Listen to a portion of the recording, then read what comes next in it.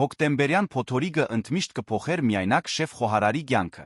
Ավտոբուսի գանգարում մի կնոջ դաժան լքումը սկիզբ կդնի սիրո, հաղթահարման արդարության մի պատմության։ Երեք կյանքեր անսպասելիորեն կհյուսվեն իրար ապացուցելով, որ երբեմն ամենամեծ նվերները գալիս են ամենամութ պահերին։ Նախքան այս զարմանահրաշ պատմությունը լսելը, չմոռանաք բաժանորդագրվել ալիքին ավելի շատ հուզիչ պատմությունների համար։ Այդ հոկտեմբերյան ցուրտ գիշերը անձրը հորդառատ էր տեղում Երանի փողոցները վերածելով մութ հայելիների, որոնք արտացոլում էին լապտերների լույսերը։ Արամը վարում էր իր հին մեքենան դատարկ պողոտաներով, մատները դեռ ցավում էին ռեստորանում հերթական հոգնեցուցիչ հերթափոխից հետո, որտեղ նա աշխատում էր որպես շեֆ խոհարար։ 34 տարեկանում նրա կյանքը սահմանափակվում էր կանխատեսելի առօրյայով աշխատանք, տուն, հոգ տանել դստեր Անի մասին։ Որպես միայնակ հայր, 7-ամյա աղջնագից հեռու անցկացրած յուրաքանչյուր րոպեն նրան տագնապ էր պատճառում, նա շտապում էր տուն վերադառնալ։ Դիմապագին անընդհատ քրտնում էր ստիպելով նրան բաճկոնի թով սրբել ապագին։ Նրա մտքերն արդեն տանն էին պատկերացնելով Անին խաղաղ քնած իր կրտսեր եղբոր Լոնի հսկողության տակ, ով օգնում էր նրան երեխայի հարցում։ Միշտ այդպես էր։ Աշխատանքի վերջում, որքան էլ հոգնած լիներ, միակ կարևոր բանը տուն հասնելն ու համոզվելն էր, որ դուստրը լավ է։ Հենց այդ պահին, անցնելով մի հին ու թվացյալ լքված ավտոբուսի գանգարի կողքով, ինչ-որ բան գրավեց նրա ուշադրությունը։ Հորդառատ անձրի միջից նա կարողացավ նշմարել բետոնե նստարանին նստած մի մարդկային կերպարանք։ Արամը դանդաղեցրեց ընթացքը հոնքերը գիտելով։ Ով կարող էր լինել այնտեղ ամբողջովին բաց երկնքի տակ, փոթորկի մեջ, գիշերվա այս ժամին։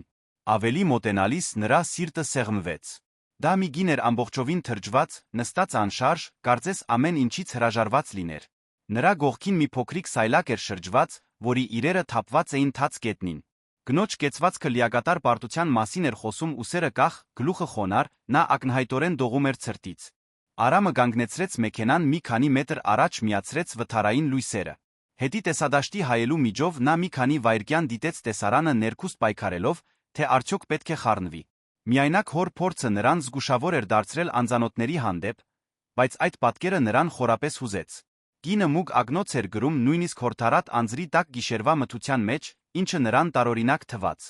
Նա դուրս եկավ մեքենայից դանդաղ քայլեց դեպի գանգարը զգալով, թե ինչպես է սառը անձրը թափանցում իր աշխատանքային հագուստի մեջ։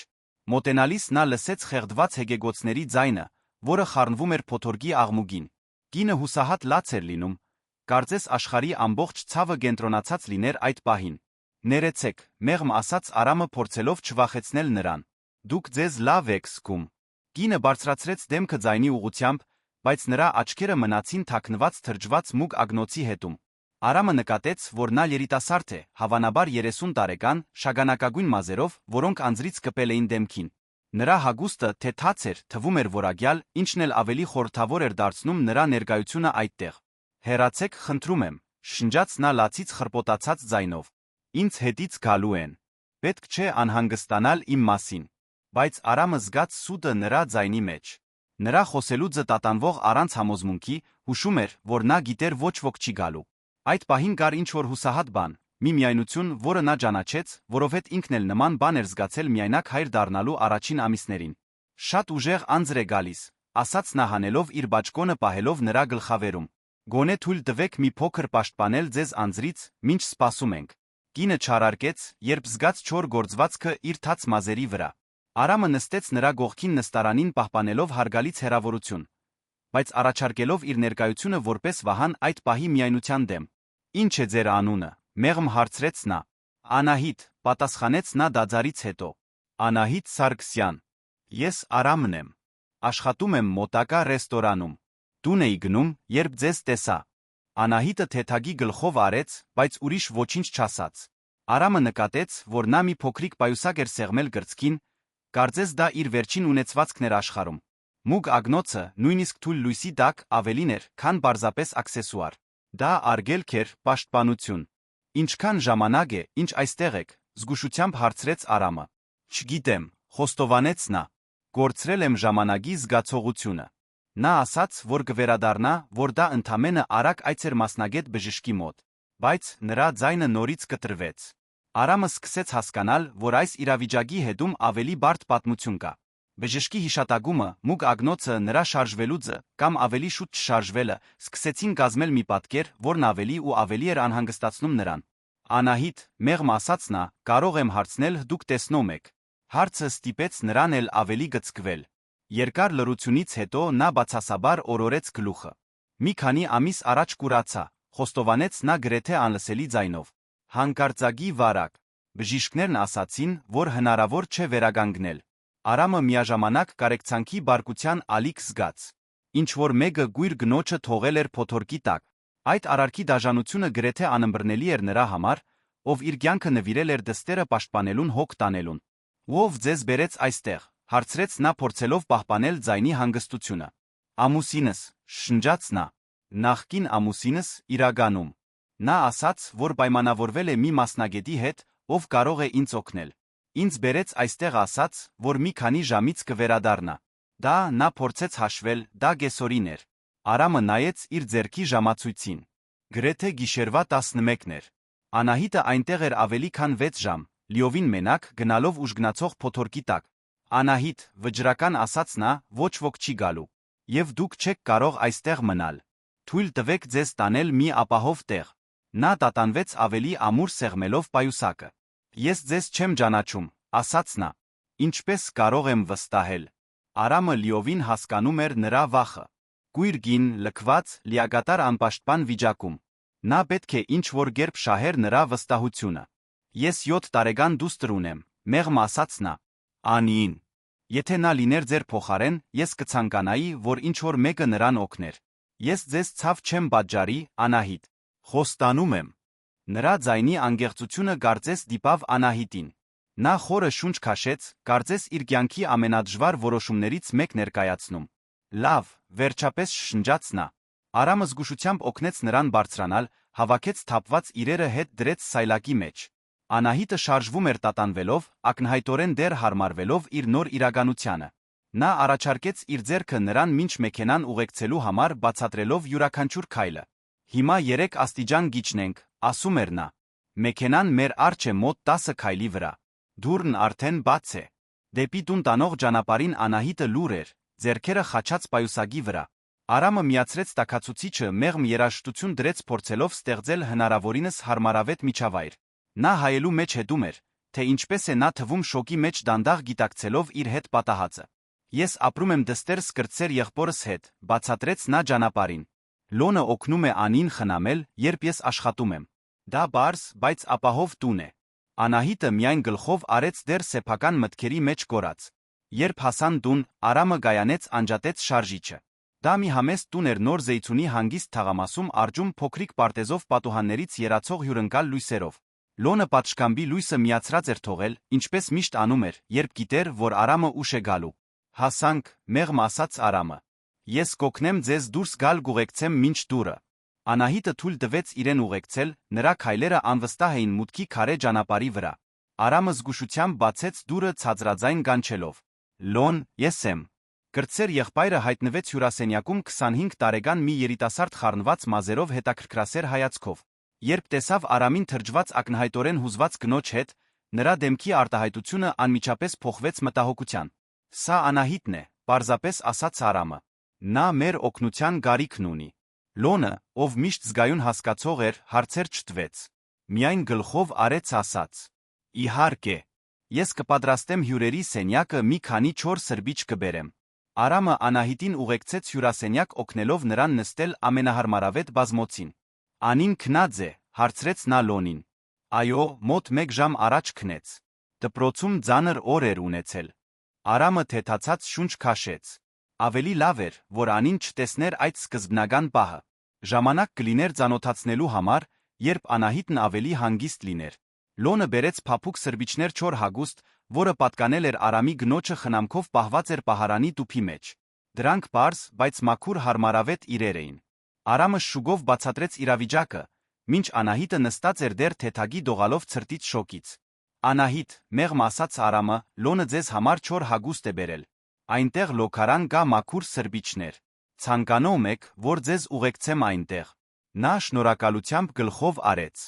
Արամը նրան զգուշությամբ տարավ միջանցքով նկարագրելով ճանապարհի յուրաքանչյուր մանրամասն։ Դուռը ձեր աջ կողմում է։ Ներսում աթոռ կա, որտեղ կարող եք նստել, իսկ հագուստը դրել եմ լվացարանի վրա։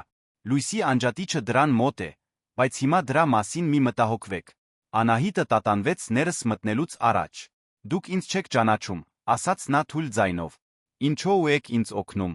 Արամը մի պահ մտածեց պատասխանելուց առաջ։ Որովհետ դա այն է, ինչ մենք պետք է անենք, երբ ինչ-որ մեկը օգնության կարիք ունի։ Որովհետ եթե դա լիներ իմ դուստրը, ես կակնկալեի, որ ինչ-որ մեկը նույնն աներ։ Երբ Անահիտը դուրս եկավ լոքարանից փոխված չոր հագուստով մաքուր մազերով, Արամն ու Լոնը խոհանոցում տաք թեյ էին պատրաստում։ Նա հիմա ավելի վստահ էր շարժվում մի ձեռքով միշտ դիպչելով պատին կամ գահույքին գողմնորոշվելու համար։ Երիցուգի հոտ եմ զգում, ասաց նա առաջին անգամ թեթագի ժպտալով։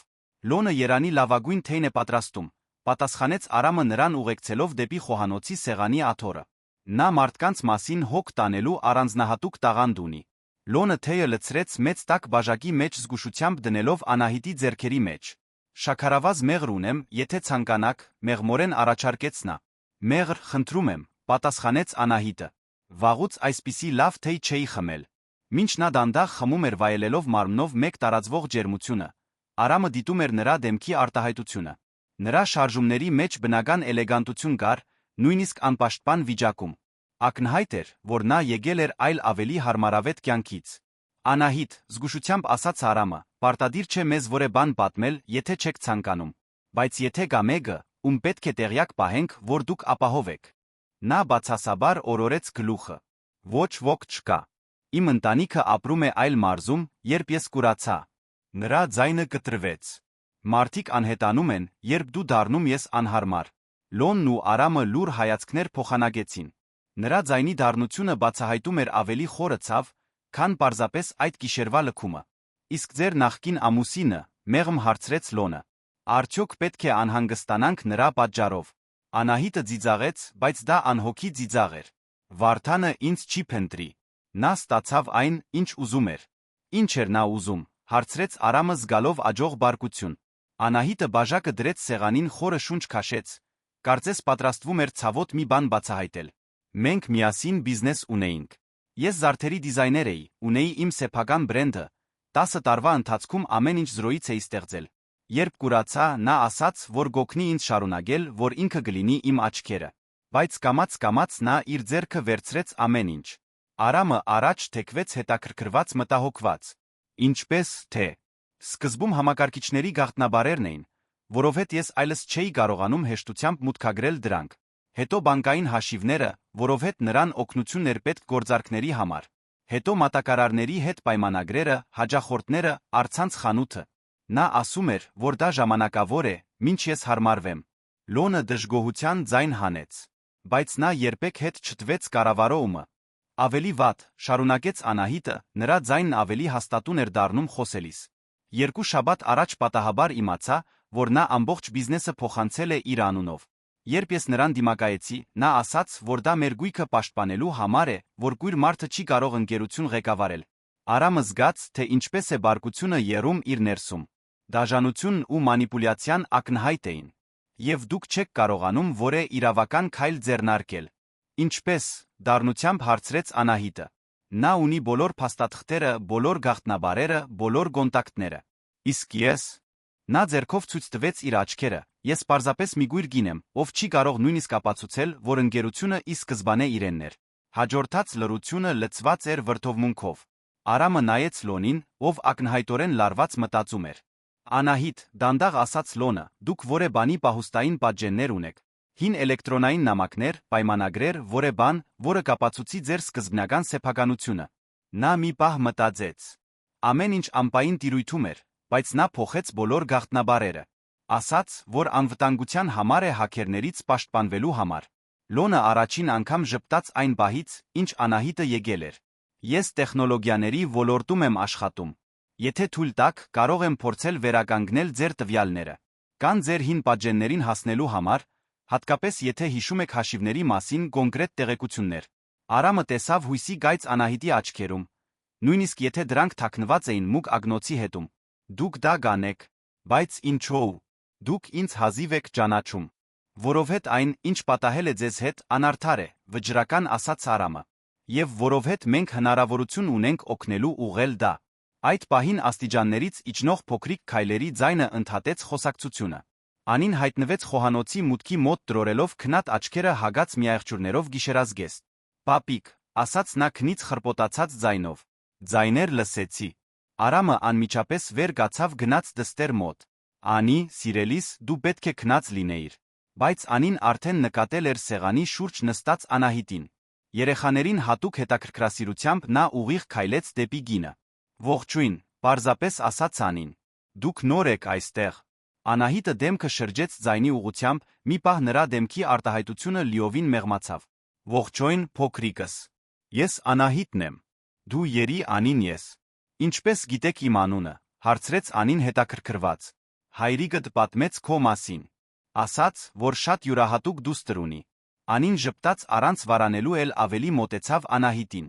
Ինչո՞ւ եք տանը մուգ ագնոց կրում։ Արամը պատրաստվեց միջամտել, բայց Անահիտը մեղմորեն բարձրացրեց ձեռքը ցույց տալով, որ ամեն ինչ կարգին է։ Որովհետև իմ աչքերն այլս չեն աշխատում, պարզությամբ բացատրեց Անահիտը։ Այնպես որ, ես գրում եմ այս ագնոցը դրանք պաշտպանելու համար։ Անին ընդունեց այդ տեղեկությունը երեխաներին հատուկ բնականությամբ։ Դա նշանակում է, որ դուք չեք կարող տեսնել իմ միայղջուրներով գիշերազգեստը։ Անահիտը ժպտաց։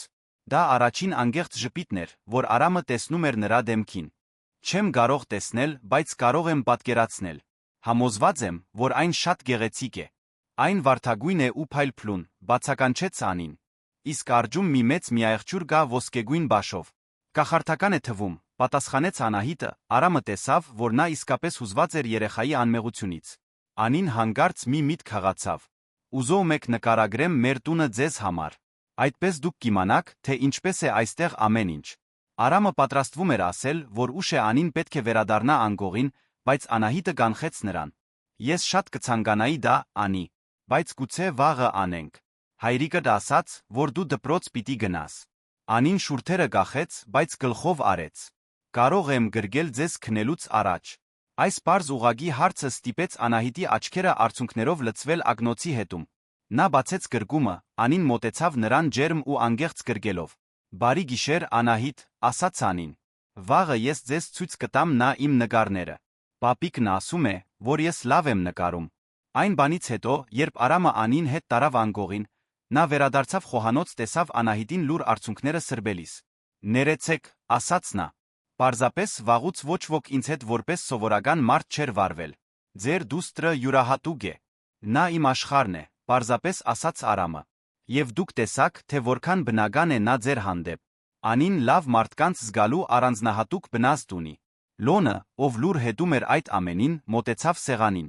Անահիտ, եթե ցանկանում եք փորձել վերականգնել տվյալները, ես կարող եմ վաղը սկսել։ Բայց ինձ պետք կլինի այն ամենը, ինչ կարող եք հիշել ձեր հաշիվների, կարոր ամսաթվերի, հին հաճախորդների անունների մասին։ Ցանկացած բան, որը կարող է ծառայել որպես ինքնության հաստատում։ Անահիտը վճռականորեն գլխով արեց։ Ամեն ինչ հիշում եմ։ Ես այդ բիզնեսը սեփական ձեռքերով եմ ստեղծել։ Յուրաքանչյուր հաճախորդ, յուրաքանչյուր զարդ, յուրաքանչյուր գործարք։ Եթե գաց ապացուցելու, որ դա իմն էր, ես կգտնեմ։ Արամը աջող հիացմունք էր զգում այն ուժի հանդեպ, որը սկսում էր դրսորվել Անահիտի մեջ։ Անպաշտպանության դրավմայի տակ կար մի վճռական խելացի կին, ով պատրաստ չէր պասիվորեն ընդունել անարդարությունը։ Ուրեմն եկեք անենք դա, ասաց նա։ Մենք կօգնենք ձեզ հետ ստանալ այն, ինչը ձերն է։ Անահիտը շրջվեց Արամի ձայնի ուղղությամբ, նույնիսկ առանց նրան տեսնելու, Արամը զգաց նրա երախտագիտության խորությունը։ Ինչո՞ւ եք դուք սա անում ինձ համար, հարցրեց նա մեկ անգամ։ Արամը մտածեց պատասխանելուց առաջ։ Որովհետև ես հավատում եմ, որ լավ մարդիկ արժանի են երկրորդ հնարավորության։ Եվ որովհետև ձեր պատմությունը դեռ չի ավարտվել, Անահիտ։ Սա ընդամենը մի դժվար էջ է։ Այդ գիշեր, մինչ Անահիտը քնած էր հյուրերի սենյակում ամիսներ անց առաջին անգամ իրեն ապահով զգալով, Արամը արթուն էր ու մտածում էր։ Այդ կնոջ մեջ կար ինչ-որ բան, որը նրան խորապես հուզում էր։ Դա պարզապես խղճահարություն կամ գարեկցանք չէր։ Դա հիացմունք էր այն բանի համար, թե ինչպես էր նա պահպանում իր արժանապատվությունը նույնիսկ նման ծանր հանգամանքներում։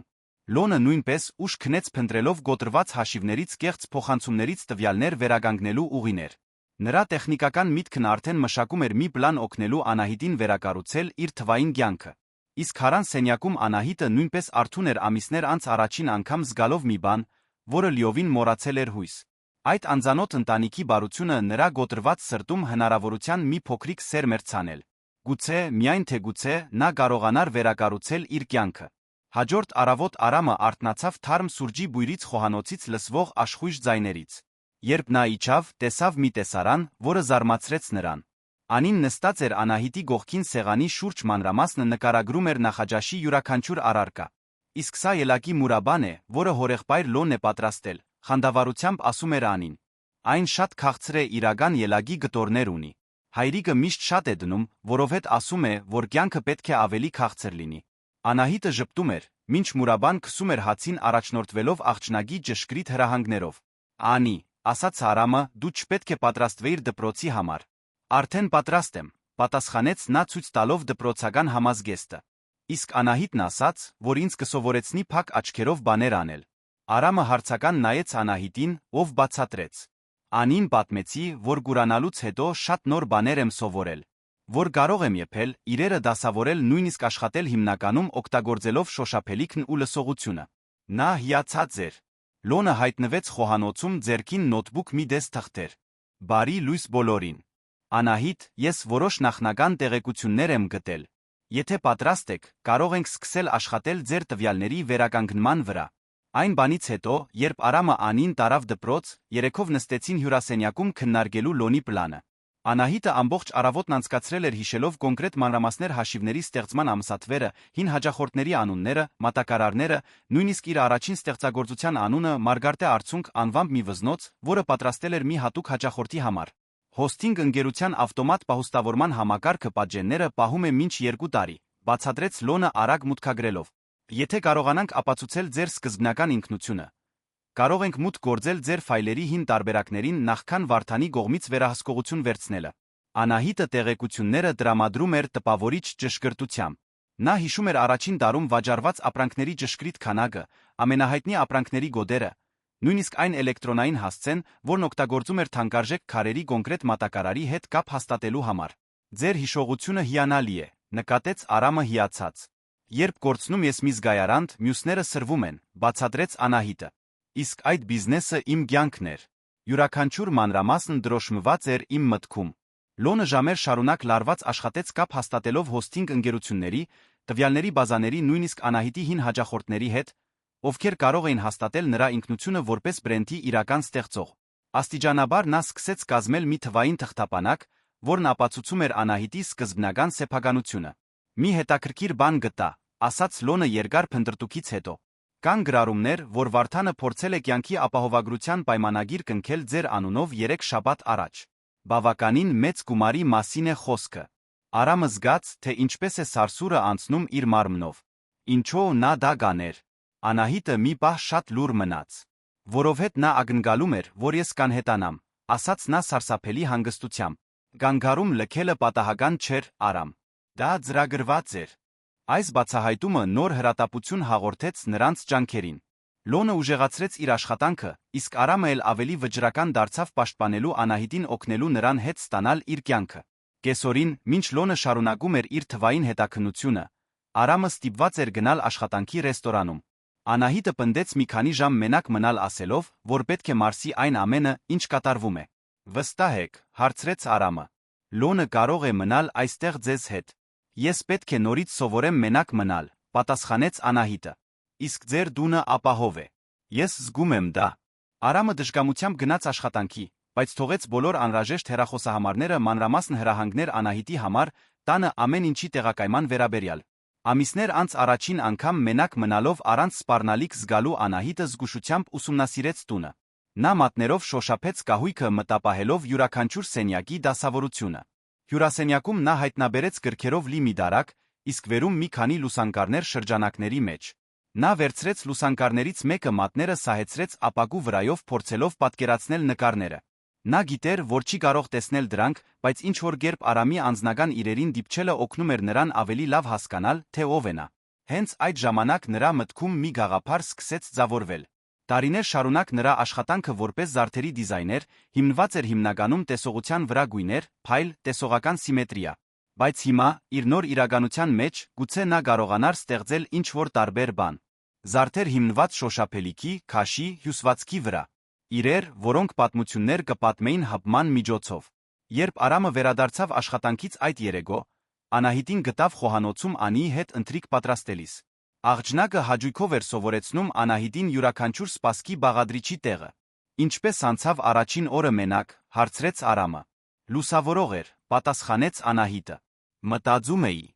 գուցե ժամանակն է դադարել փորձել վերագանգնել իմ հին կյանքը, սկսել կառուցել նորը։ Արամը նստեց սեղանի շուրջ հետաքրքրված։ Ինչ նկատի ունեք։ Անահիտը կաթսան դրեց գազօջախին, շրջվեց նրա ձայնի ուղղությամբ։ Տարիներ շարունակ ես ստեղծել եմ զարդեր, որոնց մարդիկ նայում էին։ Բայց հիմա ես կարող եմ ստեղծել զարդեր, որոնք մարդիկ կզգան։ Իրեր, որոնք իմաստ կունենան հպման, քաշի, հյուսվածքի միջոցով։ Պատմություններ, որոնք կարող են պատմվել առանց տեսնելու։ Անին ոգորված ծափահարեց։ Ինչպես մի վզնոց, որը պատմություն է պատմում, երբ դու դիպչում ես դրան։ Ճիշտ այդպես, ասաց Անահիտը ժպտալով։ Յուրաքանչյուր զարդ կլինի յուրահատուկ ստեղծված պատմելու այն գրողի կոնկրետ պատմությունը։ Արամը հուզվեց Անահիտի աջող վճռականությունից։ Մի քանի օրվա ընթացքում նա հուսահատ լքված կնոջից վերածվել էր մեկի, ով ստեղծագործական հնարավորություններ էր տեսնում իր նոր իրականության մեջ։ Լոնը հենց այդ պահին տուն եկավ ձեռքին տպագրված փաստաթղթերով լի մի թղթապանակ հաղթական դեմքի արտահայտությամբ։ Լուրեր ունեմ, հայտարարեց նա։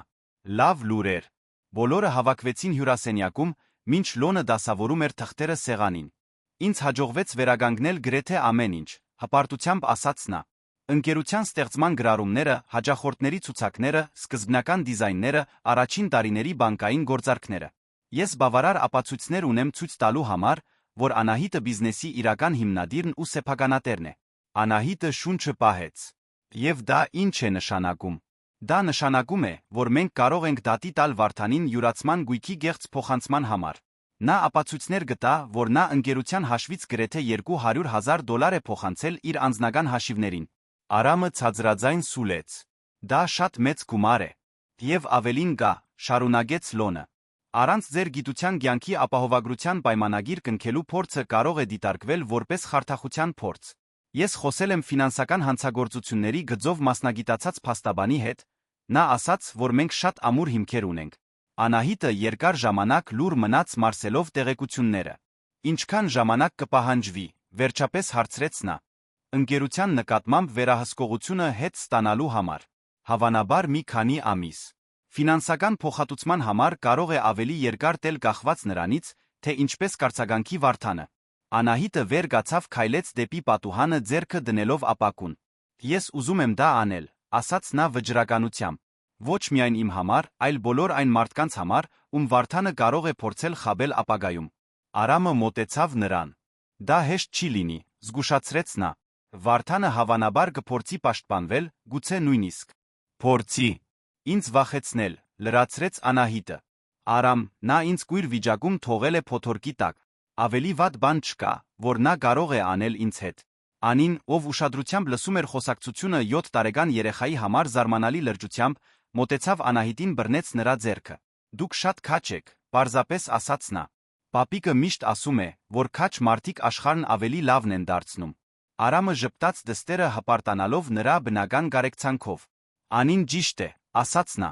Եվ դուք մենակ չեք լինելու այս հարցում, Անահիտ։ Մենք ձեզ կօգնենք ամեն քայլափոխին։ Լոնը եռանդով գլխով արեց։ Ես արդեն գապի մեջ եմ փաստաբանի հետ։ Կարող ենք հանդիպում նշանակել այս շաբաթվա համար, սկսել պաշտոնական գործընթացը։ Այդ գիշեր, երբ Անին արդեն անգողնում էր, երեք մեծահասակները հյուրասենյակում քննարկում էին հաջորդ քայլերը։ Արամը աջող հիացմունքով էր դիտում Անահիտին։ Ընդամենը մի քանի օրվա ընթացքում նա գտել էր ուժեր, որոնց մասին նույնիսկ չգիտեր։ Կարող եմ մի անձնական հարց տալ, ասաց Արամը խոսակցության ընդմիջման ժամանակ։ Անահիտը գլխով արեց։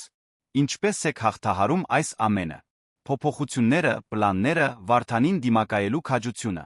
Անահիտը մտածեց պատասխանելուց առաջ։ Գիտեք այն զգացողությունը, երբ մթության մեջ մոլորված եք, հանկարծ ինչ-որ մեկը լույս է վառում։ Հենց դա դուք արեցիք ինձ համար։ Ոչ միայն փրկեցիք ինձ այդ գիշեր, այլ հիշեցրիք ինձ, թե ով էի ես, նախքան ինքս ինձ համար անտեսանելի դառնալը։ Արամը կրծքում ինչ-որ բան զգաց, մի հույս, որը վաղուց չէր ապրել։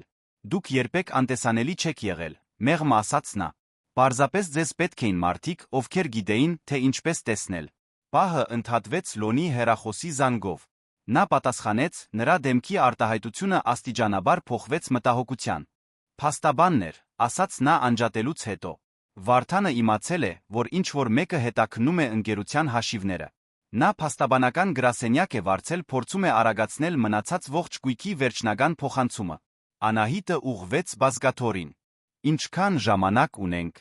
Նա ասաց, որ մենք կարող ենք վաղը առավոտյան հայց ներկայացնել բոլոր փոխանցումները սարեցնելու համար, բայց պետք է արագ գործենք։ Արամը վեր կացավ։ Ուրեմն եկեք արագ գործենք։ Հաջորդ առավոտ Արամը սովորականից շուտ արթնացավ, Անահիտին արդեն խոհանոցում գտավ սուրճ պատրաստելիս։ Նա խոհանոցում աջող վստահությամբ էր շարժվում, մտապահելով յուրաքանչյուր իրի տեղը այն սակավաթիվ օրերի ընթացքում, որ անցկացրել էր այնտեղ։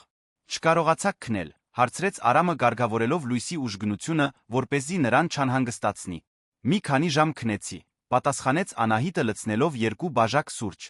Մտածում էի այն մասին, թե ինչի հետ ենք արերեսվելու այսօր։ Արամը շնորհակալությամբ ընդունեց բաժակը, նկատելով, որ նա սուրճը պատրաստել էր հենց այնպես, ինչպես ինքն էր սիրում, թունդ, բայց ոչ դառը։ Նման փոքրիկ մանրամասները ցույց էին տալիս, թե ինչպես էր Անահիտը ուշադրություն դարձնում շրջապատի մարդկանց ճաշակին նախասիրություններին։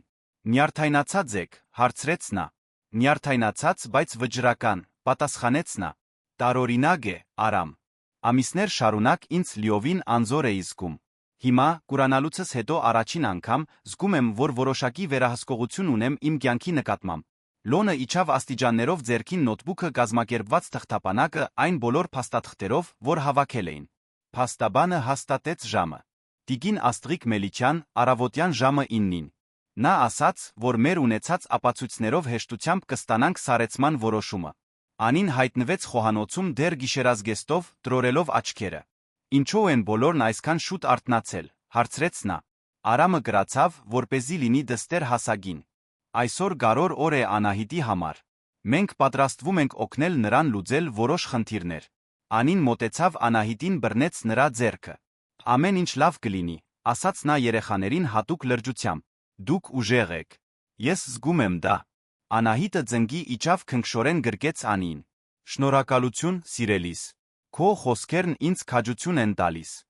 Արամը հետում էր դստեր Անահիտի շփմանը, սրտում խորը մի բան զգալով։ Անին Անահիտին կապվել էր բնական անգեղծ ձով, Արամը տեսնում էր, որ զգացմունքը փոխադարձ էր։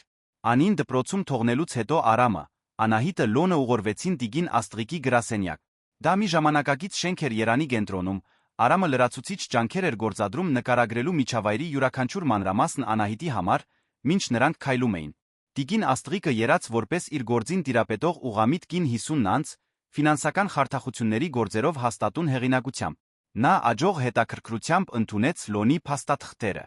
Հազվադեպ եմ տեսնում այսքան լավ կազմակերպված ապացույցներով գործ, մեկնաբանեց նա, թերթելով թղթերը։ Պարոն Լոն, ձեր թվային հետաքննության աշխատանքը տպավորիչ է։ Լոնը մի փոքր շիկնեց գովասանքից։ Պարզապես ուզում էի օգնել Անահիտին հետ ստանալ այն, ինչն իրենն է իրավամբ։ Փաստաբանը շրջվեց դեպի Անահիտը։ Տիկին Անահիտ, պետք է հասկանաք, որ այս գործընթացը կարող է երկար տել, երբեմն դժվար լինել։ Վարդանը հավանաբար կփորձի վիճարկել ամեն ինչ, գուցե նույնիսկ փորձի ձեզ վախեցնել։ Պատրաստ եք դրան։ Անահիտը ուղղվեց աթոռին։ Տիկին Աստղիկ, նա ինձ կույր վիճակում լքել է փոթորկի տակ, գողացել է իմ բիզնեսը, փորձել է ջնջել իմ ինքնությունը։ Չկա ոչինչ, որ նա կարող է անել, որն ավելի վատ կլինի, քան այն, ինչ արդեն արել է։ Փաստաբանը ժպտաց ակնհայտորեն տպավորված Անահիտի վճռականությունից։ Ուրեմն սկսենք։ Նախ, մենք կստանանք սարեցման որոշումը բոլոր գույքային փոխանցումները կանգնեցնելու համար։ Հետո քաղաքացիական հայց կներկայացնենք ձեր ակտիվները վերականգնելու համար, քրեական գանգատ յուրացման համար։ Քաղաքացիական դատարանում գործընթացը զարմանալիորեն արագ անցավ։ Լոնի հավաքած փաստաթղթերով դատավորը անմիջապես տվեց սարեցման որոշումը, փակելով Զարդերի բիզնեսի հետ կապված բոլոր հաշիվներն ու սեփականությունները։ Վարդանը ձանուցումը կստանա այսօր կեսօրից հետո, բացատրեց տիկին Աստղիկը։ Ակնկալում եմ, որ նա կապ կհաստատի մեզ հետ առաջիկա 48 ժամվա ընթացքում։ Երբ նրանք դուրս եկան դատարանից, Անահիտը կարծես փոխված լիներ։ Նրա քայլվածքի մեջ մի թեթություն կար, որը Արամը նախկինում չէր տեսել։ Ինչպե՞ս եք ձեզ զգում, հարցրեց նա։ Ազատ, պարզապես պատասխանեց նա։ Ամիսներ անց առաջին անգամ զգում եմ, որ ինչ-որ բան եմ անում ինքս ինձ համար։ Լոնը առաջարկեց տոնել մոտակա ռեստորանում ջաշելով, բայց Անահիտը այլ պլան ուներ։ Իրականում, ասաց նա տատանվելով, կցանկանայի գնալ մի կոնկրետ վայր, եթե դեմ չեք։ Արամն ու Լոնը անմիջապես համաձայնեցին, հետաքրքրված լինելով նպատակակետով։ Անահիտը նրանց ուղղորդեց դեպի Երանի արվեստների թաղամասը, լի փոքրիկ մասնագիտացված խանութներով, արվեստանոցներով։ Նրանք կանգ առան զարդերի պատրաստման նյութերի մի խանութի առջ մի փոքրիկ ընտանեկան բիզնես, որը վաճառում էր գործիքներ, թանկարժեք քարեր, մետաղներ։ Սա իմ սիրելի մատակարարն էր, բացատրեց Անահիտը։ Տարիներ են անցել, ինչ այստեղ չեմ եղել։ Սեփականատերը 60 անց մի տղամարդ Պետրոսը անմիջապես ճանաչեց Անահիտին չնայած մուգ ակնոցին։ Անահիտ, իմ սիրելի աղջիկ, բացականչեց նա ջերմությամբ։ Ամիսներ է քեզ չեմ տեսել։ Ինչպես ես։ Անահիտը տխուր ժպտաց։ Ողջույն, վարպետ Պետրոս։ Շատ բաներ են պատահել։ Մի քանի ամիս առաջ կուրացա։ Պետրոսը ակնհայտորեն ցնցված էր, բայց արագորեն նրա դեմքի արտահայտությունը փոխվեց քնքշանքի վճռականության։ Աստված իմ, ինչ սարսափելի բան։ Բայց դու այստեղ ես, դու ուժեղ ես։ Դա է կարորը։ Արամը հիացմունքով հետում էր, թե ինչպես Պետրոսը անմիջապես հարմարվեց Անահիտի նոր իրականությանը, խոսելով անմիջապես նրա հետ, նույնիսկ ուղղորդելով նրա ձեռքերը շոշափելու ցուցադրված որոշ նմուշներ։ Գիտես, մտախոհ ասաց Պետրոսը, միշտ ասել եմ, որ դու առանձնահատուկ հպում ունես։ Կարողանում էիր զգալ քարի որակը միայն նրա քաշով հյուսվածքով։ Գուցե հիմա այդ տաղանդը էլ ավելի արժեքավոր լինի։ Անահիտը ձեռքը սահեցրեց կիսաթանկարժեք քարերի սկուտեղի վրայով, նրա մատները ինքնաբերաբար տարբերակում էին տարբեր տեսակներն ու որակները։ Պետրոս, դանդաղ ասաց նա, ես դեռ կարող եմ աշխատել։ Պարզապես պետք է սովորեմ այլ ձով։ Ձեր վարպետի դեմքը լուսավորվեց։ Իհարկե կարող ես։ Ես ունեմ հատուկ գործիքներ, տեխնիկաներ, որոնք կախված չեն տեսողությունից։ Կարող եմ քեզ սովորեցնել, ինչպես հին ժամանակներում, երբ վարպետ ոսկերիչները աշխատում էին հիմնականում հպումով։ Արամը խորը հույս զգաց տեսնելով Անահիտին վերագտնելիս իր գիրքը։ Կար ինչ-որ գաղափարական բան այն ձի մեջ, թե ինչպես էին նրա մատները բարում քարերի գործիքների վրայով, կարծես նա վերագտնում էր իր գործված մի մասնիկը։ Ես կցանկանայի փոքրից սկսել, ասաց Անահիտը։ Գուցե մի քանի եզակի, փորձարարական նմուշներ։ Ինչ-որ բան հիմնված հպման հյուսվածքի վրա ավելի շատ, քան տեսողական տեսքի։ Պետրոսը ոգորված ծափ տվեց։ Հիանալի է։ Ես հետի մասում տարածք ունեմ, մի փոքրիկ արվեստանոց, որը գրեթե չեմ օգտագործում։ Կարող ես աշխատել այնտեղ, երբ ցանկանաս։ Երբ նրանք դուրս եկան խանութից տանելով գործիքների մի փոքրիկ հավաքածու, որը Պետրոսը պնդեց նվիրել, Արամը նկատեց Անահիտի լիակատար կերպարանափոխությունը։ Նա քայլում էր նպատակասլաց, գլուխը բարձր, ուսերը հաստատուն։ Շնորհակալություն, ասաց նա տուն վերադառնալու ճանապարհին։ Ինչի՞ համար, հարցրեց Արամը։ Ինձ օգնելու համար հիշել, թե ով եմ ես։ Ոչ միայն լքված կինը կամ օգնության կարիք ունեցող զոհը, այլ արվեստագետը, ստեղծողը, այն մարդը, ով կարող է գեղեցիկ բաներ ստեղծել աշխարհում։ Արամը կանգ առավ, շրջվեց դեպի նա։ Անահիտ, մեղմ ասաց նա, դուք միշտ էլ եղել եք այդ ամենը։ Մենք պարզապես օգնեցինք ձեզ նորից տեսնել դրանք։ Նա ժպտաց, Արամը հասկացավ, որ դա առաջին անգամն էր, որ նա տեսնում էր նրան ժպտալիս առանց տխրության որեսթվերի։ Այդ կեսօրին, մինչ Անահիտը փորձարկում էր իր նոր գործիքները հյուրասենյակի սեղանի վրա, այն ժամանակավորապես վերածելով փոքրիկ արվեստանոցի,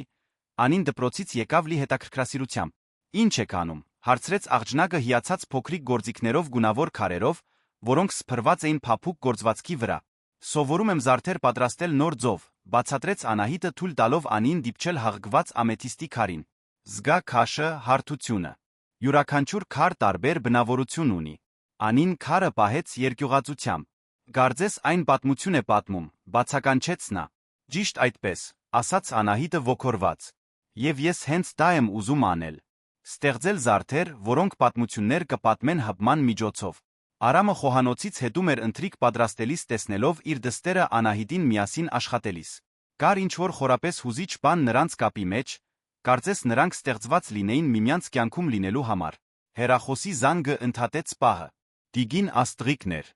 Արամ, ասաց Անահիտը նկատելով նրա ձայնի փոփոխությունը խոսակցության ընթացքում։ Ինչ է պատահել։ Արամը անջատեց հեռախոսը լուրջ դեմքով։ Վարդանը պատասխանել է սարեցման որոշմանը, ասաց նա։ Նա ուզում է բանակցել։ Անահիտը սեղանին դրեց այն գործիքը, որը բռնել էր։ Դա ինչ է նշանակում։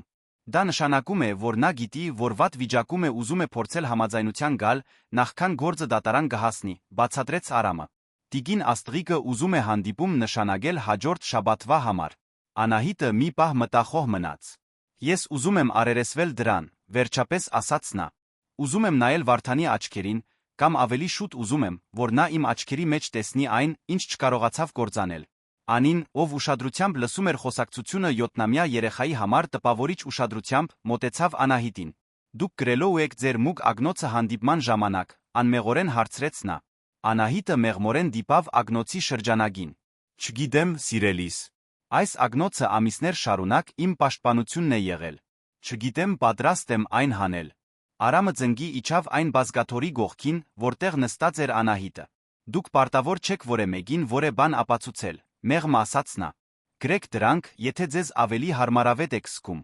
Ձեր ուժը չի գալիս նրանից, թե ուրիշները ինչ կարող են կամ չեն կարող տեսնել ձեր աչքերում։ Անահիտը ձեռքը դրեց Արամի ձեռքին, Արամը զգաց էլեկտրական հոսանք իր բազկի միջով։ Դա առաջին անգամն էր, որ նա էր նախաձեռնում ֆիզիկական հպումը։ Այդ ժեստի մեջ պարունակվող վստահությունը նրան խորապես հուզեց։ Շնորհակալություն, շնջաց նա։ Ամեն ինչի համար։ Այդ պահին Արամը բացարձակ վստահությամբ իմացավ, որ Անահիտը դարձել է շատ ավելին, քան պարզապես մեկը, ում նա օգնում էր։ Նա դարձել էր մեկը, առանց ում նա չէր պատկերացնում իր կյանքը։ Հաջորդող շաբաթը լարված նախապատրաստությունների անսպասելի մտերմության պահերի խառնուրդ էր։ Անահիտը առավոտներն անցկացնում էր տիկին Աստղիկի հետ վերանայելով փաստաթղթերը պատրաստվելով Վարդանի հետ հանդիպմանը։ Իսկ կեսօրները Արամի տանը ստեղծված արվեստանոցում պատրաստելով իր առաջին զարդերը նոր տեխնիկայով։ Արամը հիացած հետում էր, թե ինչպես էր նա աշխատում։ Նրա մատները ճշգրտությամբ շարժվում էին քարերի մետաղների վրայով, կարծես նա կարող էր տեսնել հպման միջոցով։ Յուրաքանչյուր շարժում կշռադատված էր, յուրաքանչյուր ընտրություն հիմնված էր նյութերի հյուսվածքի, քաշի ջերմաստիճանի վրա։ Ինչպես գիտեք, որ այս համադրությունը ներդաշնակ կլինի, հարցրեց նա մի կեսօր տեսնելով, թե ինչպես է նա ընտրում քարեր, որոնք տեսողականորեն կարծես չէին համապատասխանում։ Անահիտը ժպտաց դեռ կենտրոնացած աշխատանքի վրա։ Փակեք ձեր աչքերը, ասաց նա։ Հիմա դիպչեք այս երկու քարերին։ Արամը հնազանդվեց։ Նրա մատների տակ մի քարը հարթ էր սառը, ինչպես ջուրը, մինչդեռ մյուսը անհարթ էր նուրբ ջերմություն էր ճառագում։ Մեկը հանգստացնող է, մյուսը էներգիա հաղորդող, բացատրեց Անահիտը։ Միասին նրանք հավասարակշռություն են ստեղծում։ Խոսքը նրա մասին է, թե ինչպես են դրանք ստիպում ձեզ զգալ, այլ ոչ թե ինչ տեսք ունեն։ Արամը բացեց աչքերը տեսավ, որ նայում է ուղիղ Անահիտի դեմքին։ Նա հանել էր մուգ ագնոցը ավելի լավ աշխատելու համար։ Առաջին անգամ Արամը կարողացավ ամբողջությամբ տեսնել նրա աչքերը։ Դրանք խորը կանաչ էին փոքրիկ ոսկեգույն պտերով, թե չէին տեսնում, դրանց մեջ ինտենսիվ լույս կար։ Անահիտ, մեղմ ասաց նա, ձեր աչքերը գեղեցիկ են։ Նա շիկնեց ինքնաբերաբար ձեռքը տարավ դեպի ագնոցը, բայց Արամը նրբորեն կանգնեցրեց նրա ձեռքը։ Պետք չէ դրանք թաքցնել։ Գոնե ինձնից։ Պահը ընդհատվեց դպրոցից վերադարձող Անիի կողմից, բայց փոխանակված հայացքի ինտենսիվությունը մնաց երկուսի հետ օրվա մնացած մասում։ Վարդանի հետ հանդիպման նախորդ գիշերը Արամը Անահիտին գտավ պատշգամբում նստած ջոջաթոռին, լսելով գիշերվա ձայները։ Նա նստեց կողքի աթոռին հարգելով նրա տարածությունը, բայց առաջարկելով իր ներկայությունը։ Նյարդայնացած եք, հարցրեց նա։ Սարսափած, խոստովանեց նա առանց հումորի ծիծաղով։ Ամիսներ է նրան չեմ տեսել։ Վերջին անգամ այն էր, երբ նա ինձ թողեց կանգառում։ Արամը զգաց ծանոթ բարկությունը, որը բարձրանում էր իր ներսում ամեն անգամ այդ պահի մասին մտածելիս։ Ուզում եք, որ ձեզ հետ կամ։ Անահիտը զարմացած շրջվեց ձայնի ուղղությամբ։ Դուք դա կանեք։ Իհարկե, ասաց նա առանց վարանելու։ Դուք ստիպված չեք սա մենակ անցնել։ Իսկ ռեստորանը, ձեր աշխատանքը, կարող եմ խնդրել ինչ-որ մեկին փոխարինել ինձ։ Դուք ավելի կարևոր եք։ Այս հայտարարության բարձությունը ստիպեց Անահիտի սիրտը արագ բաբախել։ Ոչ ոք երբե նրա գարիքները չէր դասել աշխատանքից, հարմարավետությունից կամ սեփական շահերից վեր։ Արամ, մեղմ ասաց նա, կարող եմ մի անձնական հարց տալ։ Իհարկե։ Ինչո՞ւ դուք կանք արագ այդ գիշեր։ Շատերը պարզապես կանցնեին։ Արամը մտածեց պատասխանելուց առաջ։ Որովհետև ես Անին տեսա ձեր իրավիճակում, վերջապես ասաց նա։ Եվ որովհետև ձեր մեջ կար ինչ-որ բան, նույնիսկ այդ վիճակում, որն ինձ ասաց, որ դուք յուրահատուկ եք, ուժեղ, որ դուք արժանի եք փրկության։ Անահիտը զգաց, թե ինչպես են արցունքները հավաքվում աչքերում։ Դուք ինձ փրկեցիք ավելի շատ ձերով, քան կարող եք պատկերացնել։ Դուք ինքներդ ձեզ փրկեցիք, Անահիտ։ Ես պարզապես ապահով վայր առաջարկեցի դա անելու համար։ Հանդիպման առավոտյան Արամը շուտ արթնացավ հատուկ նախաճաշ պատրաստելու համար։ Երբ Անահիտը իջավ, տեսավ սրտած նրբաբլիթներ, որոնք սպասում էին իրեն։ Անին է տվել ձ, բացատրեց Արամը փորձելով թաքցնել սեփական շփոթմունքը։ Ասաց, որ այսօր ձեզ սրտեր են պետք հաջողության համար։ Անահիտը ձիձաղեց նրբորեն դիպչելով նրբաբլիթներից մեկին։ Նա իմաստուն է 7 տարեկան երեխայի համար։ Նա ձեզ շատ է սիրում, ասաց Արամը։ 3 գիշեր հարցրեց, թե արդյոք դուք ընդմիշտ այստեղ եք ապրելու։ Անահիտը դադար տվեց գդալը օդում պահած։ Իսկ դու ինչ պատասխանեցիր։ Արամը նստեց նրա գողքին սեղանի շուրջ։ Որ դա կախված է քեզնից։ Բայց որ մենք հույս ունենք, որ այո։ Հանդիպումը նշանակված էր տիկին Աստղիկի գրասենյակում ժամը 2-ին։ Արամը ուղեկցեց Անահիտին նստելով նրա գողքին խորհրդակցությունների սեղանի շուրջ։ Տիկին Աստղիկը ամեն ինչ ռազմավարականորեն էր կազմակերպել, Անահիտը նստած էր մեջքով դեպի պատուհանը։ Բնական լույսը լուսավորում էր նրա դեմքը, մինչդեռ Վարդանը պետք է նստեր լույսի դեմ։ Երբ Վարդանը մտավ սենյակ իր փաստաբանի ուղեկցությամբ, Արամը ակնթարթային զզվանք զգաց։ Նա 40-ին մոտ մի տղամարդ էր լավ հագնված, բայց աչքերի մեջ ինչ-որ հաշվենկատ բան կար։ Երբ տեսավ Անահիտին, նրա դեմքի արտահայտությունը փոխվեց կեղծ մտահոգության։ Անահիտ, ասաց նա մեղրաձոր ձայնով, դու լավ ես։ Ես այնքան անհանգստացած էի, երբ դու անհետացար։ Արամը տեսավ, թե ինչպես Անահիտը լարվեց, բայց նրա ձայնը հաստատուն մնաց։ Անհետացա, կրկնեց նա։ Դու ինձ թողեցիր ավտոբուսի գանգարում փոթորկի տակ, Վարդան։ Դա անհետանալ չէ։ Դա լքել է։ Վարդանի փաստաբանը փորձեց միջամտել, բայց տիկին Աստղիկը նրան լրացրեց մի ժեստով։ Պարոն Վարդան, ասաց նա պաշտոնապես, իմ հաճախորդը ունի զգալի ապացույցներ յուրացման, գույքի գեղձ փոխանցման ապահովագրական խարդախության փորձի վերաբերյալ։ Մենք առաջարկում ենք համաձայնություն քրեական գործից խուսափելու համար։ Վարդանը ուղղվեց աթոռին, նրա մտահոգության դիմակը մի պահ ընկավ։ Անահիտը անկայուն էր կուրանալուց հետո, ասաց նա։ Ես պաշտպանում էի մեր գույքը իմպուլսիվ որոշումներից։ Հենց այդ ժամանակ Անահիտը արեց մի բան, որը զարմացրեց բոլորին։ Դանդաղ, կշռադատված նա հանեց մուգ ագնոցը դրեց սեղանին։ Նրա աչքերը, նույնիսկ առանց տեսողության, կարծես նայում էին ուղիղ Վարդանի միջով։ Անկայուն, ասաց նա ցածր, բայց հզոր ձայնով։ Դու գողացար իմ ընկերությունը, յուրացրիր իմ փողերը, փորձեցիր ջնջել իմ ինքնությունը։ Եվ երբ դա բավարար չեղավ, ինձ լքեցիր հուսալով, որ ես ընդմիշտ կանհետանամ։ Կյանքի ապահովագրության խարդախության փորձի բացահայտումը վերջին հարվածն էր։ Անհերքելի ապացույցների քրեական մեղադրանքների հեռանկարի առջ Վարդանը տեղի տվեց։ Համաձայնությունը ավելի լավն էր, քան որը մեկը կարող էր սպասել։ Վարդանը պետք է հետ վերադարձներ ընկերության լիակատար վերահսկողությունը։ Փոխհատուցեր յուրացված ողջ գումարը տոկոսներով լրացուցիչ փոխհատուցում վճարեր պատճառված վնասի համար։ Փոխարենը Անահիտը քրեական մեղադրանքներ չէր ներկայացնի։ Մի պայման կա, վճռական ասաց Անահիտը։ Ուզում եմ, որ դու խոստովանես այստեղ, բոլորի ներկայությամբ, թե ինչ ես արել։ Վարդանը տատանվեց, բայց նրա փաստաբանը ինչ-որ բան շշնջաց նրա ականջին։ Նա գիտեր, որ անհնարին վիճակում է։ Ես անօրինական կերպով յուրացրել եմ Անահիտի ընկերության ակտիվները, ասաց նա դժգամությամբ, եւ լքել եմ նրան, երբ նա օգնության կարիք ուներ։ Իսկ ինչո՞վ, պնդեց Անահիտը։ Վարդանը խոնարհեց աչքերը։ Որովհետ կարծում էի, որ նրան ավելի հեշտ կլինի վերահսկել կուրանալուց հետո։ Իսկ երբ դա չստացվեց, մտածեցի, որ ավելի հեշտ կլինի, եթե նա պարզապես այլս չլինի։ Հաջորդած լռությունը խլացուցիչ էր։ Արամը զգաց բարկության հիացմունքի խառնուրդ Անահիտի քաջության հանդեպ այդ խոստովանությունը պարտադրելու համար։ 2 ժամ անց, երբ նրանք դուրս եկան գրասենյակից, Անահիտը օրինականորեն նորից իր կյանքի տերն էր։ Արամը հետում էր, թե ինչպես է նա քայլում մայթով, ուսերը ուղիղ, խորը շնչելով կեսօրվա օդը։ Ինչպես եք ձեզ զգում, հարցրեց նա։ Ամբողջական, պատասխանեց նա։ Ամիսներ անց առաջին անգամ զգում եմ, որ ես ինքս եմ։ Նրանք կանգ առան գրասենյակի մոտակա մի փոքրիկ զբոսայգում։ Արամը Անահիտին ուղեկցեց դեպի ծառի տակ գտնվող նստարանը։ Նրանք նստեցին հարմարավետ լռության մեջ Մարսելով պատահածը։ Արամ, ասաց Անահիտը մի քանի րոպե անց, կարող եմ մի բան խոստովանել։ Իհարկե։ Այս ամբողջ ընթացքում ինձ ամենաշատ ուժ տվող բանը ոչ թե իմ ընկերությունը կամ փողերը հետ ստանալու հեռանկարն էր, այլ այն գիտակցումը, որ դու Անին տանը ինձ սպասելու եք։ Արամը զգաց, թե ինչպես է իր սիրտը արագանում։ Անահիտ, գիտեմ, որ դա բարդ է, շարունակեց նա արագ։ Գիտեմ, որ դու Անի մասին պետք է մտածես, որ ես դեռ նոր եմ վերագանգնվում։ Բայց ես չեմ կարող ծածնել, թե խորը զգացմունքներ չունեմ ձեր երկուսի հանդեպ։ Արամը շրջվեց նրա կողմը։ Կեսօրվա լույսը խաղում էր նրա մազերի հետ, նրա գեցվածքի մեջ մի անպաշտպանություն կար, որը հակասում էր այն ուժին, որ նա ցույց էր տվել հանդիպման ժամանակ։ Կարող եմ քեզ մի գաղտնիք ասել, ասաց նա։ Նա գլխով արեց։ Անին հարցրեց, թե կարող է քեզ մայրիկ կոչել։ Անահիտի շունչը գտրվեց։ Ինչ պատասխանեցիր։ Արամը սեղմեց նրա ձեռքը, որ նա պետք է քեզ հարցնի, երբ պատրաստ զգա։ Անահիտը ամբողջությամբ շրջվեց նրա կողմը, նրա աչքերը կարծես փնտրում էին նրա դեմքը։ Իսկ դու ինչ ես զգում դրա մասին։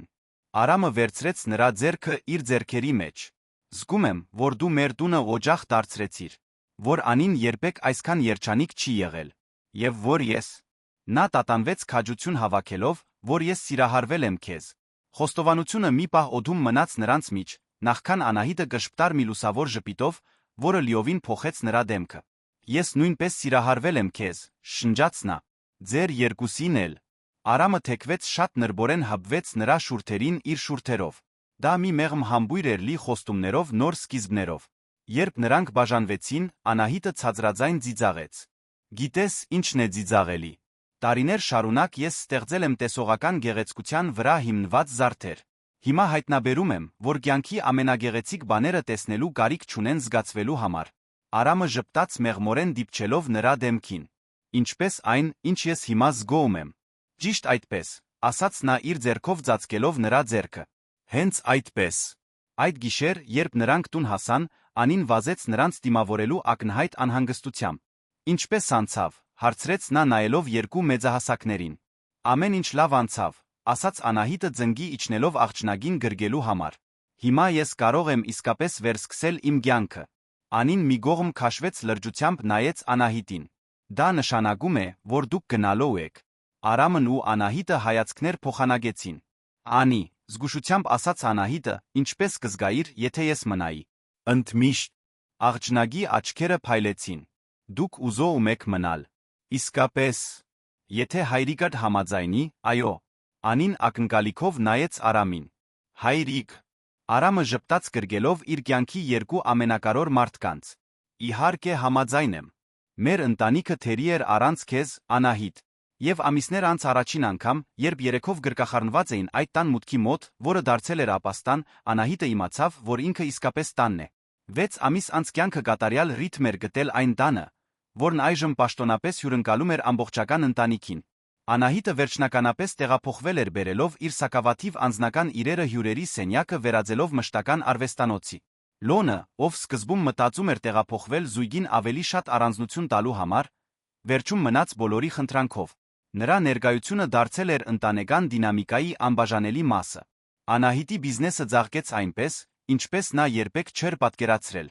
Նրա շոշափելի զարդերը ճանաչում ստացան ոչ միայն Երանում, այլ ողջ երկրում։ Մասնագիտացված ամսագրերը գրում էին ոսկերչի մասին, ով տեսնում է ձեռքերով, պատվերներ էին գալիս բոլոր կողմերից։ Յուրաքանչյուր զարդ եզակի էր ստեղծված հատուկ այն գրողի պատմության անհատականության համար։ Պետրոսը դարձել էր ավելին, քան պարզապես մատակարար։ Նա թանկագին խորհրդատու ընկեր էր։ Նրա խանութի հետի փոքրիկ արվեստանոցը վերածվել էր այն վայրի, որտեղ Անահիտը ընդունում էր հատուկ հաճախորդներին նրանց, ովքեր ցանկանում էին ոչ միայն զարդ, այլ փորձառություն։ Նա ստիպում էր նրանց փակել աչքերը տարբեր նյութերին դիպչելիս բացահայտելով,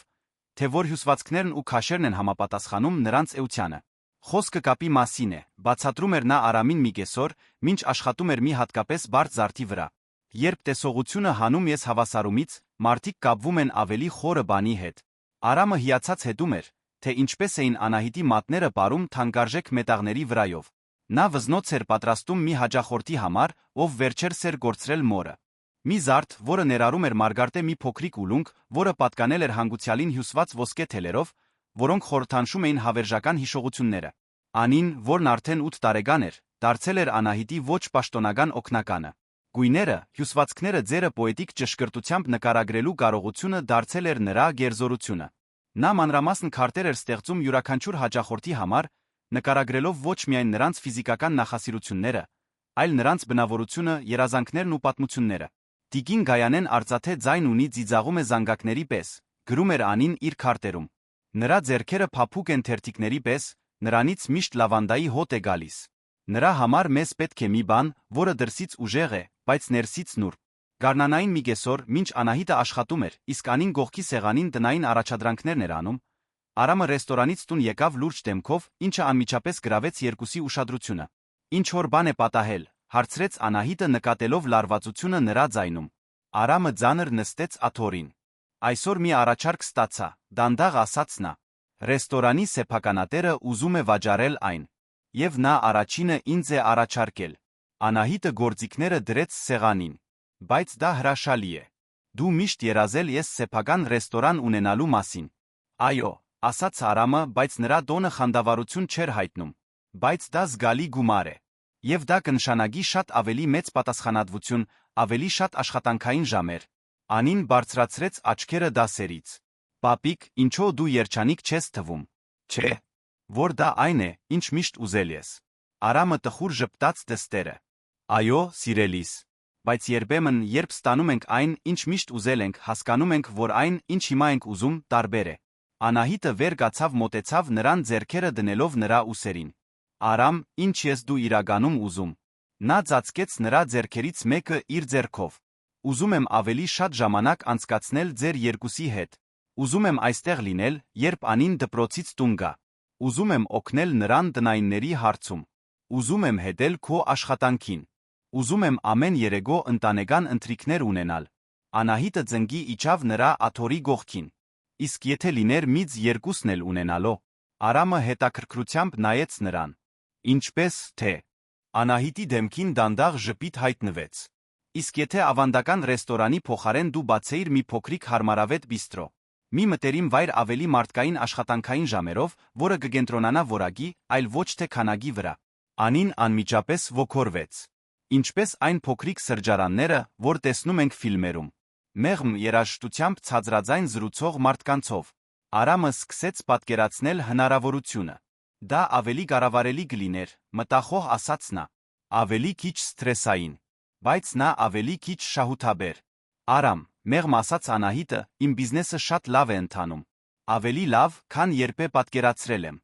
Մենք ֆինանսական գայունություն ունենք։ Գուցե ժամանակն է, որ դու անես մի բան, որը քեզ երջանիկ կդարձնի, այլ ոչ թե պարզապես հաշիվները կփակի։ Լոնն էր, որ առաջարկեց կատարյալ լուծումը։ Հենց այդ պահին տուն գալով լսելով խոսակցությունը, նա ոգորությամբ միացավ քննարկմանը։ Իսկ եթե գործընկերություն անենք, առաջարկեց նա։ Ես կարող եմ զբաղվել տեխնիկական մասով պատվերների համակարգ, թվային մարքեթինգ, ֆինանսական կառավարում։ Անահիտը կարող է բիստրոյում իր զարդերի համար փոքրիկ ցուցադրության տարածք ստեղծել։ Իսկ դու, Արամ, կարող ես կենտրոնանալ այն բանի վրա, ինչն ամենալավն ես անում եփել մարդկանց համար հատուկ փորձառություններ ստեղծել։ Գաղափարը բնականորեն ձևավորվեց։ Մի քանի օրվա ընթացքում նրանք կազմեցին ամբողջական պլան ընտանեկան բիստրո, որը կաշխատեր միայն ջաշի ընթրիքի համար, գից փոքրիկ պատկերասրահով, որտեղ Անահիտը կցուցադրեր իր ստեղծագործությունները։ Լոնը կկառավարեր ողջ վարչական մասը թույլ տալով Արամին ամբողջությամբ նվիրվել ստեղծագործական խոհանոցին։ Եվ մենք կարող ենք ունենալ մի հատուկ անկյուն, ոգորված առաջարկեց Անին, որտեղ մարդիկ կարող են սովորել, թե ինչպես է Անահիտը զարդեր պատրաստում առանց տեսնելու։ Որպես կրթական փորձառություն։ Առաջարկը ներկայացվեց ռեստորանի տիրոջը, ով համաձայնեց մաս-մաս վճարման պայմանագրին, ինչը երազանքը դարձրեց ֆինանսապես իրագործելի։ 2 ամիս անց զգայարանների տունը բացեց իր դռները։ Անունը Անի առաջարկն էր կատարելապես արտահայտում էր վայրի էությունը մի տարածք, որտեղ բոլոր զգայական փորձառությունները հավասարապես արժորված էին։ Բիստրոն զբաղեցնում էր Երանի կենտրոնում գտնվող մի համայնք պատմական շենքի առաջին հարկը։ Արամը ստեղծում էր ուտեստներ, որոնք իսկական արվեստի գործեր էին կենտրոնանալով ոչ միայն համի, այլ բույրի, հյուսվածքի մատուցման վրա։ Անահիտը ունեի մի փոքրիկ թափանցիկ արվեստանոց, որտեղ հաճախորդները կարող էին տեսնել նրա աշխատանքը,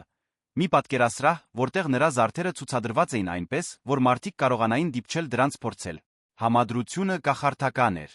Զույգերը գալիս էին ռոմանտիկ ընթրիքների հեռանում անհատականացված զարդերով, որոնք խորհրդանշում էին իրենց սերը։ Ընտանիքները նշում էին հատուկ առիթներ հիշարժան ջաշերով եզակի նվերներով։ Զբոսաշրջիկները բացահայտում էին տեղական մշակույթի մի վավերական մասնիկ Արամի համերի Անահիտի շոշափելի արվեստի միջոցով։ Անին դարձավ ռեստորանի պաշտոնական դեսպանը, հանգստյան օրերին շրջելով սեղանների միջ, պատմելով ցուցադրված զարդերի մասին պատմություններ նկարագրելով հայրիկի ուտեստները իր յուրահատուկ պոետիկ լեզվով։ Այս ուտեստը աշնան համն ունի, որը գրկում է ամռանը, ասում էր նա մի հետաքրքրված հաճախորդի։ Իսկ այն վզնոցը պատմում է մի գնոջ մասին, ով իր տխրությունը վերածեց գեղեցկության։ Ձմեռային մի երեկո բիստրոյի բացումից 6 ամիս անց, Արամը սովորականից շուտ փակեց ռեստորանը հատուկ անակնկալ պատրաստեց։ Երբ Անահիտը իջավ արվեստանոցից, գտավ սրահը լուսավորված միայն մոմերով, կենտրոնում 2 հոգու համար դրված սեղանով։ Ինչ է այս ամենը, հարցրեց նա զգալով իր սիրելի ուտեստի բույրը օդում։ Հատուկ ընթրիք, պատասխանեց Արամը նրան ուղեկցելով դեպի սեղանը։ Տոնելու համար։ Ինչը տոնելու։ Արամը ձնգի իջավ նրա աթոռի գողքին, Անահիտը զգաց, թե ինչպես մի փոքրիկ փափուկ բան դրվեց իր ձեռքերի մեջ։ Դա թավշյա մի փոքրիկ տուփ էր։ Անահիտ, ասաց նա հույզից դողացող ձայնով, 1 տարի առաջ դու մտար իմ կյանք իմ ապրած ամենամութ գիշերը։ Եվ այդ օրվանից ի վեր յուրաքանչյուր օր ավելի լուսավոր է եղել։ Անահիտը դողացող մատներով բացեց տուփը։ Ներսում մի մատանի էր, ոչ թե ավանդական մի զարդ, այլ մի բան, որը նա անմիջապես ճանաչեց որպես իր սեփական ոճի աշխատանք։ Արամը գաղտնի պատվիրել էր այդ զարդը վարպետ Պետրոսին նկարագրելով ճիշտ այն, ինչ ցանկանում էր։ Սա մեր ընտանիքի պատմությունն է, բացատրեց Արամը։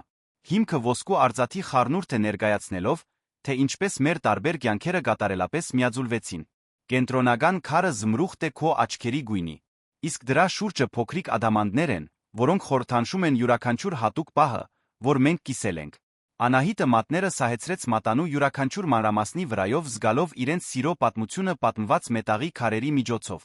Արամ, շշնջաց նա, արցունքները հոսում էին դեմքով։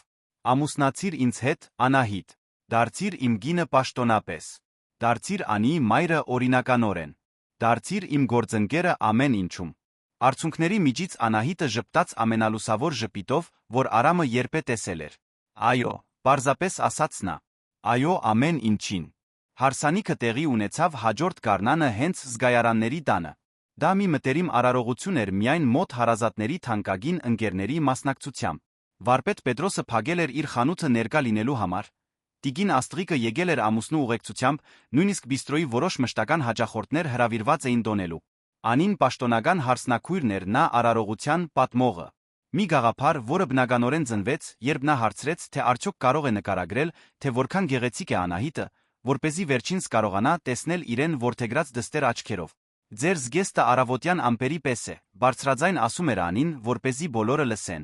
Սպիտակ փափուկ, բայց փոքրիկ փայլերով, որոնք ապարում են, երբ դուք շարժվում եք։ Ձեր մազերը արձակված են, ունեն հյուսված փոքրիկ ծաղիկներ։ Իսկ ձեր աչքերը այնքան են փայլում, որ նույնիսկ առանց ակնոցի բոլորը կարող են տեսնել երջանկությունը դրանց մեջ։ Ուխտերի փոխանակման ժամանակ Արամը բռնեց Անահիտի ձեռքերը, խոսեց անմիջապես նրա հետ։ Կարծես նրանք աշխարհում միակ մարդիկ լինեին։ Անահիտ, դու ինձ սովորեցրիր, որ սերը տեսնելու մասին չէ, այլ զգալու։ Դա կատարելության մասին չէ, այլ ընդունման։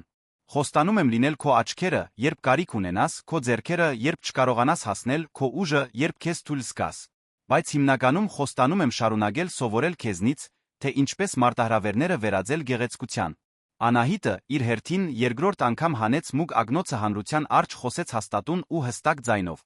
Արամ, դու ինձ գտար իմ ամենամութ գիշերվա մեջ բերեցիր դեպի լույսը։ Ոչ միայն փրկեցիր ինձ, այլ օգնեցիր ինձ ինքս ինձ փրկել։ Խոստանում եմ լինել քո գործընկերը բոլոր երազանքներում,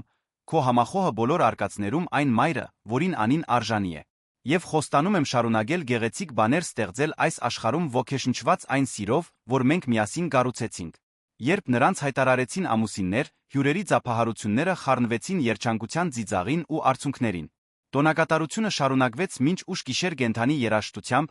Արամի հատուկ ուտեստներով, զարդերի հատուկ ցուցադրությամբ, որոնք Անահիտը ստեղծել էր տարվա ընթացքում։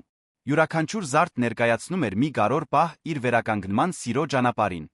2 տարի անց ընտանիքը նորից մեծացավ։ Այս անգամ Լոնն էր, որ գտավ իր սերը ամուսնանալով Մարիամի հետ, արվեստի մի ուսուցչուհի, ով սիրահարվեց ընտանիքի ստեղծագործական ոգուն բարությանը։ Իսկ դրանից մի քանի ամիս անց Արամն ու Անահիտը ստացան այն լուրը,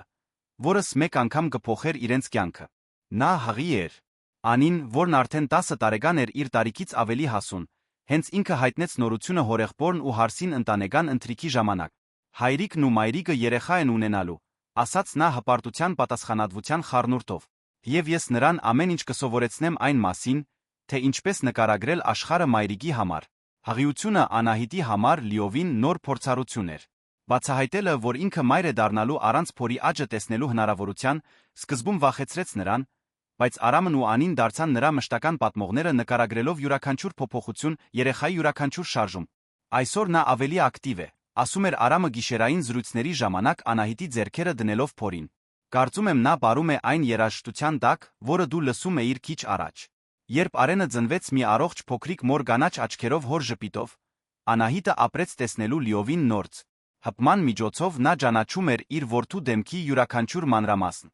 Նրա ձեռքերը մտապահեցին յուրաքանչյուր արտահայտություն, յուրաքանչյուր շարժում, յուրաքանչյուր փոփոխություն, երբ նա մեծանում էր։ Նա քո ձեռքերն ունի, ասաց Արամը մի առավոտ հետելով, թե ինչպես է Անահիտը օրորում երեխային։ Երկար նուրբ մատներ։ Մոր պես արվեստագետ է դառնալու։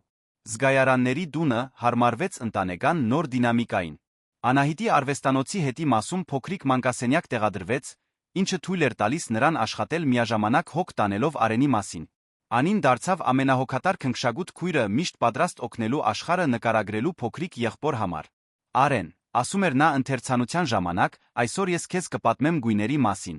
Կապույտը խաղաղության այն զգացողությունն է, երբ մայրիկը քեզ համար երգում է։ Կարմիրը հայրիկի գրկախառնության ջերմության պես է։ Իսկ կանաչը այն սերն է, որն ապրում է մայրիկի աչքերում։ Մի առանձնահատուկ լուր երեգո, երբ Արենը շուտ էր քնել, իսկ Անին ընկերուհու տանն էր, Արամն ու Անահիտը ամիսներ անց առաջին անգամ մենակ գտնվեցին տան պատշգամբում։ Անահիտը գերագրում էր երեխային, մինչ նրանք մեղմորեն օրորվում էին երկտեղանոց ճոճաթորին, որը Արամը տեղադրել էր հատուկ այդ պահերի համար։ Կարող եմ մի բան խոստովանել, մեղմ ասաց Անահիտը։ Միշտ, պատասխանեց Արամը ձեռքը գցելով նրա ուսին։ Երբեմն ինքս ինձ հարցնում եմ, թե ինչպես կլիներ, եթե ես դեռ կարողանայի տեսնել այս ամենը։ Տեսնել Արենի դեմքը, տեսնել Անիի մեծանալը, տեսնել քո դեմքի արտահայտությունները։ Արամը շրջվեց նրան նայելու պատրաստ նրան սփոփելու, բայց նա շարունակեց ժպիտով։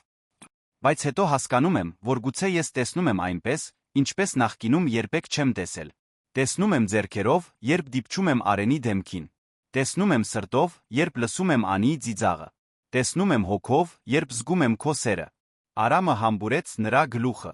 Դու տեսնում ես այն ամենը, ինչն իրոք կարևոր է։ Տեսնում եմ մեր ընտանիքը, համաձայնեց Անահիտը։ Տեսնում եմ մեր ապագան։ Եվ դա ավելի գեղեցիկ է, քան որևէ բան, որ երբե տեսել եմ աչքերով։ Այն փոթորկոտ գիշերվանից 5 տարի էր անցել, որը փոխեց ամեն ինչ։ Զգայարանների տունը դարձել էր Երանի հայտնի վայրերից մեկը հայտնի ոչ միայն հիանալի ուտեստներով եզակի զարդերով,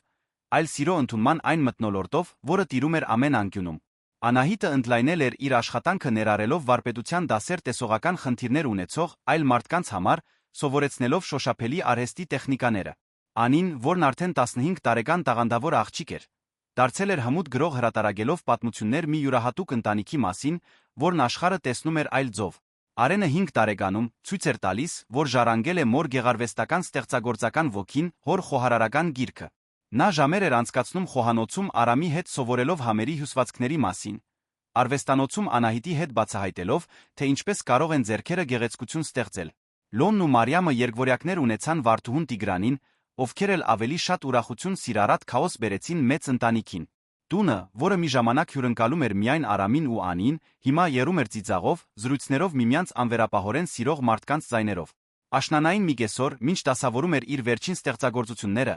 Անահիտը գտավ մի բան, որը տարիներ շարունակ չէր տեսել այն փոքրիկ պայուսակը, որը գրում էր կանգառում գտնվող այդ սարսափելի գիշերը։ Արամը պահել էր նրա բոլոր իրերը, բայց նա երբեք չէր խնդրել վերանայել դրանք։ Պայուսակի մեջ նա գտավ մի փոքրիկ առարկա, որը լիովին մոռացել էր։ Մի անավարտ վզնոց վերջին զարդը,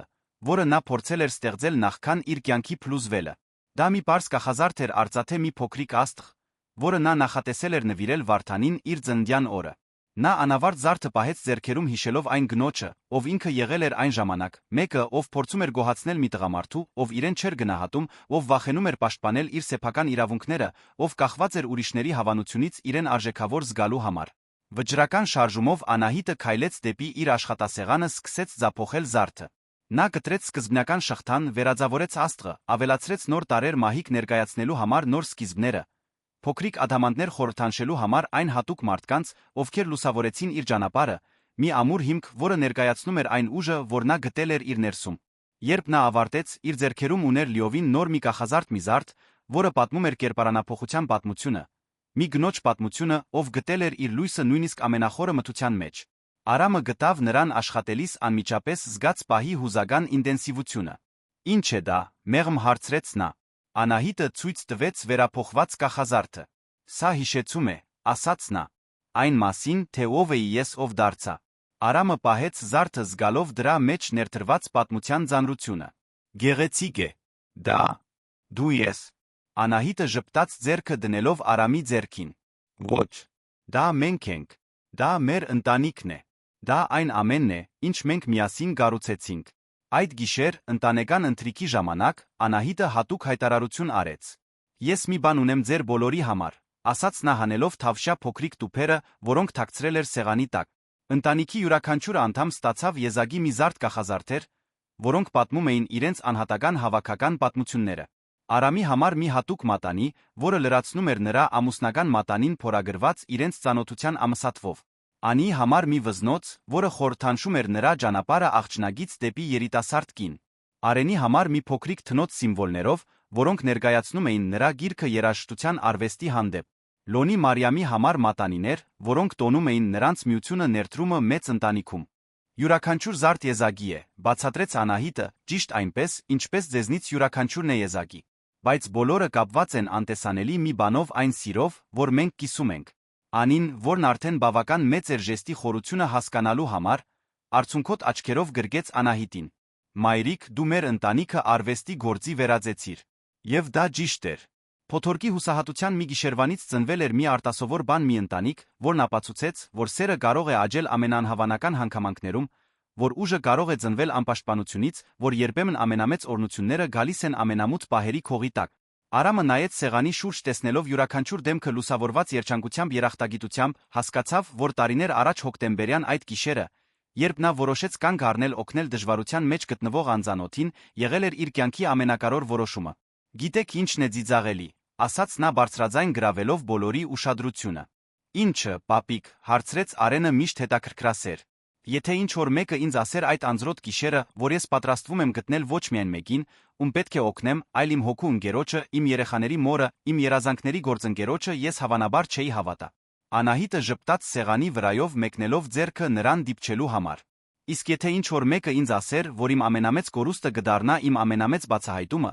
որ տեսողություն սկորցնելը գօգնի ինձ տեսնել այն, ինչն իրոք կարող է, ես նույնպես չէի հավատա։ Երբեմն, փիլիսոփայորեն ասաց Անին, լավագույն պատմությունները սկսվում են ամենադժվար պահերին։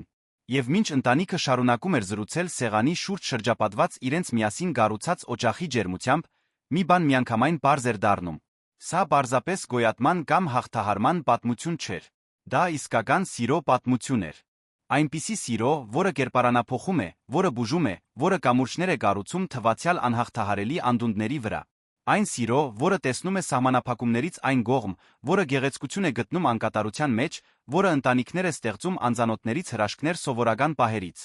Եվ ինչպես բոլոր լավագույն իսկական սիրո պատմությունները, սա նույնպես կշարունակվի գրվել ամեն օր քնքշանքի յուրաքանչյուր ժեստում,